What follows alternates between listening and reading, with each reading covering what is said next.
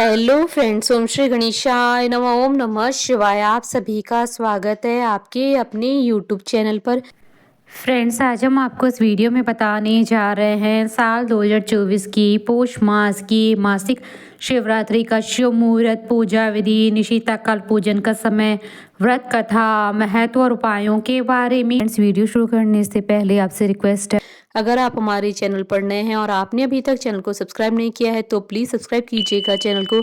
साथ ही प्रेस कीजिएगा bell icon को, जिससे नए वीडियो से रिलेटेड नोटिफिकेशन आपको तुरंत प्राप्त हो सके। और वीडियो पसंद आने पर वीडियो को लाइक और शेयर जरूर कीजिएगा, ताकि सभी भक्तों को इस वीडियो का लाभ प्राप्त हो सके। और कमेंट बॉक्स में ओम नमः शिवाय जरूर लिखिएगा। हिंदू पंचांग के अनुसार हर माह की कृष्ण पक्ष की चतुर्दशी तिथि को मासिक शिवरात्रि का व्रत रखा जाता है। इस दिन भगवान शिव जी की विधि पूर्वक पूजा की जाती है। शिवरात्रि की पूजा के लिए सुबह से ही भक्तों का तांता शिव मंदिरों में लग जाता है। हालांकि शिवरात्रि की पूजा का मुहूर्त रात्रि पहर में होता है। मासिक शिवरात्रि को भगवान भोलेनाथ को प्रसन्न करके आप अपनी हर मनोकामना को पूरा कर सकते हैं।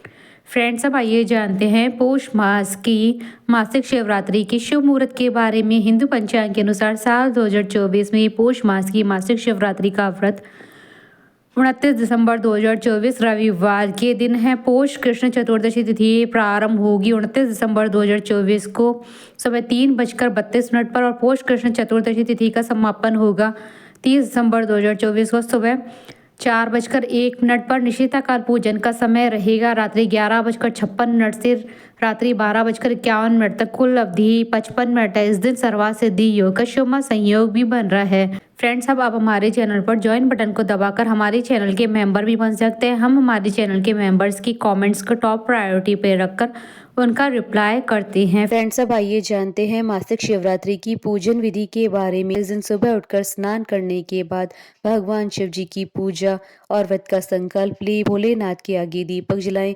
घर में या मंदिर में जाकर शिवलिंग पर दूध, गंगा जल, बेलपत्र, धतूरा आदि अर्पित करें। इसके बाद शिव मंत्रों का 108 बार जाप करें। फिर शिव चालीसा का पाठ करें।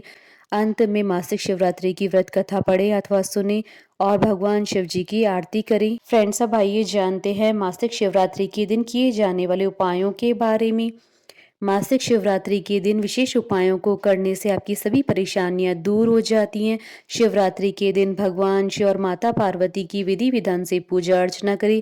इसके बाद रुद्राक्ष की माला लेकर 108 बार ओम गौरी शंकर नमः मंत्र का जाप करें। इसके बाद रुद्राक्ष को गंगा जल से शुद्ध करें और लाल धागे में डालकर तब तक धारण करें जब तक विवाह का शुभ समाचार न मिल जाए।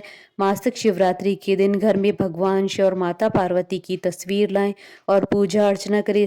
अगर कोई व्यक्ति लंबे समय से बीमार चल रहा है तो 108 बार महामृत्युंजय मंत्रों का जाप करना चाहिए। इस उपाय को मासिक शिवरात्रि के दिन करने से सेहत में सुधार होने लगता है।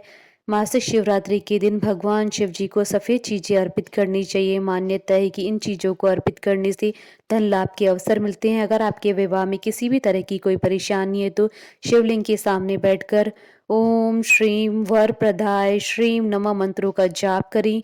इसके साथ ही समय समय पर भगवान शिव जी को 5 नारियल अर्पित करें। इस उपाय को करने से विवाह से जुड़ी परेशानियां दूर हो जाती हैं। मासिक शिवरात्रि के दिन 21 बेलपत्रों पर चंदन से ओम नमः शिवाय लिखकर भगवान भोलेनाथ को अर्पित करें। ऐसा करने से आपकी सभी परेशानियां दूर हो जाएंगी। फ्रेंड्स, अब आइए आरंभ करें मासिक शिवरात्रि की व्रत कथा। पूर्व काल में चित्रभानु नामक एक शिकारी था। जानवरों की हत्या करके वह अपने परिवार को पालता था। वह एक साहूकार का कर्जदार था, लेकिन उसका ऋण समय पर न चुका सका। क्रोधित साहूकार ने शिकारी को शिव मठ में बंदी बना लिया। संयोग से उस दिन भी शिवरात्रि थी। शिकारी ध्यान मग्न होकर शिव संबंधी धार्मिक बातें सुनता रहा। चतुर्दशी को उसने शिवरात्रि व्रत की कथा भी सुनी। शाम होते ही साहूकार ने उसे अपने पास बुलाया और ऋण चुकाने के विषय में बात की। शिकारी अगले दिन सारा ऋण लौटा देने का वचन देकर बंधन से छूट गया। अपनी दिनचर्या की भांति वह जंगल में शिकार के लिए निकला, लेकिन दिन भर बंदी गृह में रहने के कारण भूख प्यास से व्याकुल था। शिकार खोजता हुआ वह बहुत दूर निकल गया था। जब अंधकार हो गया तो उसने विचार किया कि रात जंगल में ही बितानी पड़ेगी। वह वन में एक तालाब के किनारे एक बेल के पेड़ पर चढ़कर रात बीतने का इंतजार करने लगा। बिलपत्र के नीचे शिवलिंग था जो बिलपत्रों से ढका हुआ था। शिकारी को यह पता न चला। पड़ाव बनाते समय उसने जो टहनियां तोड़ी थी वे संयोग से शिवलिंग पर गिरती चली गई। इस प्रकार दिन भर भूखे प्यासे शिकारी का व्रत भी हो गया और शिवलिंग पर बिलपत्र भी चढ़ गए। एक पहर रात्रि बीत जाने पर एक गर्भिणी हिरणी तालाब पर पानी पीने पहुंची। शिकारी ने धनुष तीर चढ़ाकर ज्यों ही प्रत्यंचा खींची। हिरणी बोली, मैं गर्भिणी हूँ, शीघ्र ही प्रसव करूंगी। तुम एक साथ दो जीवों की हत्या करोगे जो ठीक नहीं है। मैं बच्चे को जन्म देकर शीघ्र तुम्हारे समक्ष प्रस्तुत हो जाऊंगी, तब मार लेना।